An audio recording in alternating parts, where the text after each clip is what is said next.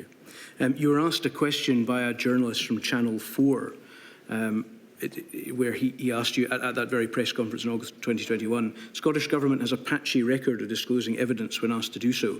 Can you guarantee to the bereaved families that you will disclose emails, WhatsApps, private emails, if you've been using them, whatever, that nothing will be off limits to the inquiry? You responded, I think if you understand statutory public inquiries, you would know that even if I wasn't prepared to give that assurance, which for the avoidance of doubt I am, then I wouldn't have the ability.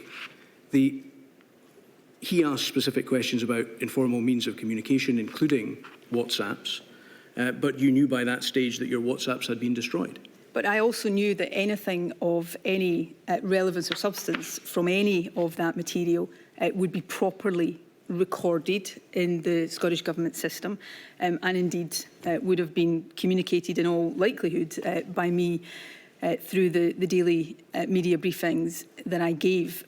The importance in my view, is making sure that the inquiry has at its disposal all of the evidence underpinning the decisions as well as the decisions we were arriving at. I operated from 2007 based on advice, the policy that messages, business relating to government should not be kept on a phone that could be lost or stolen and insecure in that way, but properly recorded through the system. I would want to, again, underline that in my case, that communication was extremely limited, and I do not, would not relate to matters of substantive government decision making. But that wasn't the question you were asked. You were asked the question as to whether you would disclose emails, WhatsApps, private emails, have been using them, whatever.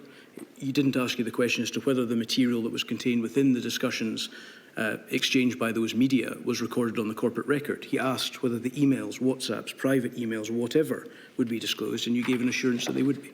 And I, as will have been the case in many occasions over the course of not just the COVID pandemic, but in my many years in politics, answering questions, when you're answering questions, you're trying to answer the substance of the question, and when you look back at the literal terms of the answer, it can be put to you in that way. So I accept that, and I apologise if that answer was not as clear. But I also want to be very clear and give the inquiry a personal assurance that I am certain that the inquiry has at its disposal anything and everything germane to my decision making during the process and the time period of the pandemic, and the factors underpinning those decisions. That has always been important to me, and it remains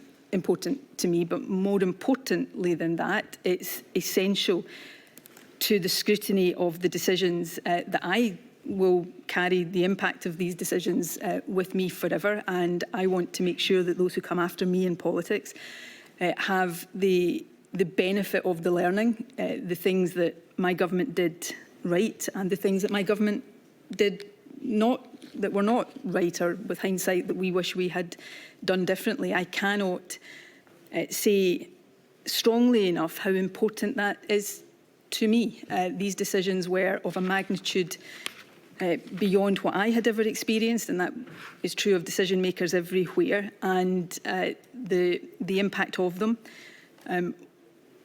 I think about literally every day, and I want this inquiry and the Scottish inquiry to scrutinise those decisions so that we can learn and future governments can learn appropriate lessons from them.